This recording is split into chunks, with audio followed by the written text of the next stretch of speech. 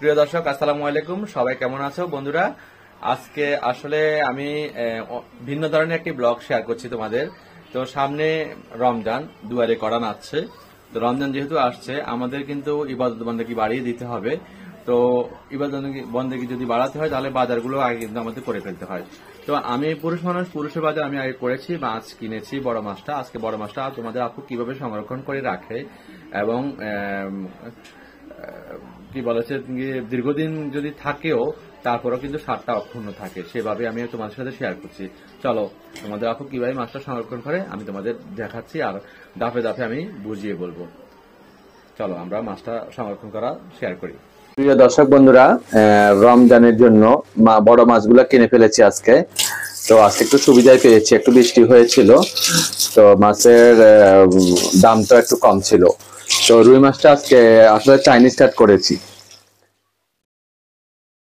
দেখুন আপনারা, যে চাইনিজ কাট করেছি, কারণ বাচ্চারা ছোট মাছ খেতে চায় না, আর মাংস তো এক গেমই লাগে মাংস খেতে খেতে, তো মাছটা একটু লাগে, তো বাচ্চারা একটু রুই মাছটা পছন্দ করে, সেই জন্য রুই মাছগুলো কিনে ফেলেছি। এটা 3.5 কেজি ওজনের একটা রুই মাছ, বড় রুই মাছ একদম। মাথাটা দেখুন আপনারা, আস্ত রেখেছি। এই মাথাটা আমি সবসময় আমি খাই।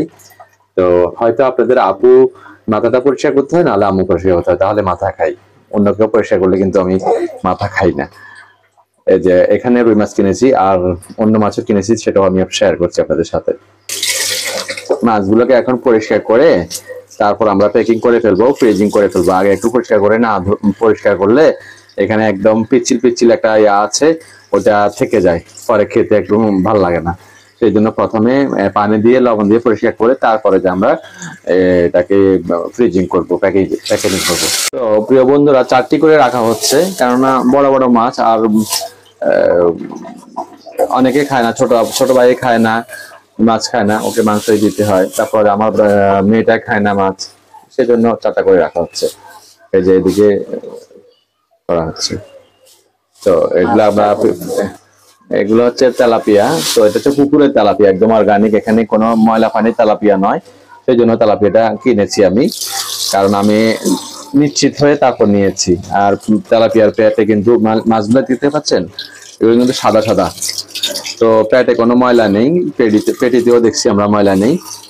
পেটিটা একটু উঠাই দেখাতো আপনাদেরকে, আপুকে বলছি, পেটিতে কোনো ময়লা নেই, দেখুন আপনারা। তো এখন এগুলো পরিষ্কার করবে পানি দিয়ে, কয়েকবার ধুয়ে, যে লোড জাতীয় একটা ইয়া থাকে, পিচ্ছিল জাতীয়, ওটাকে দূর করে তারপর প্যাকেটিং করবে। দর্শক বন্ধুরা, এই যে তেলাপিয়া মাছও কিন্তু এই যে প্যাকেটিং করা হচ্ছে।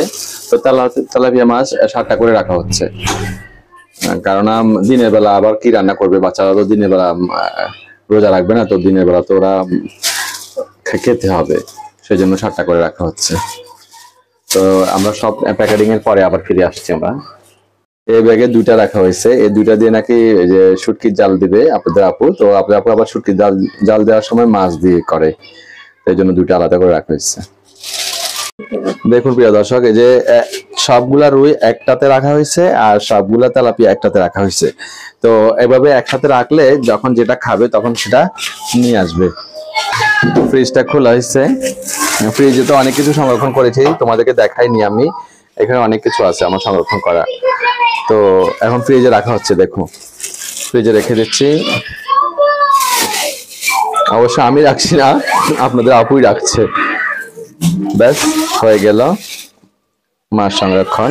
তো প্রিয় দর্শক দেখো, আমি কিন্তু মাছের সংরক্ষণের ব্লগটি তোমাদের সাথে শেয়ার করে দিলাম। তো এভাবে আমরা যদি মাছটা আগে থেকে কিনে সংরক্ষণ করে ফেলি, তাহলে কিন্তু রমজানে কিন্তু খুব একটা কষ্ট হয় না, কেননা রমজান মাসে ইবাদত বন্দেগী করতে হয়, নামাজ পড়তে হয়, বেশি বেশি ইবাদত বন্দেগী বাড়ায় দিতে হয়।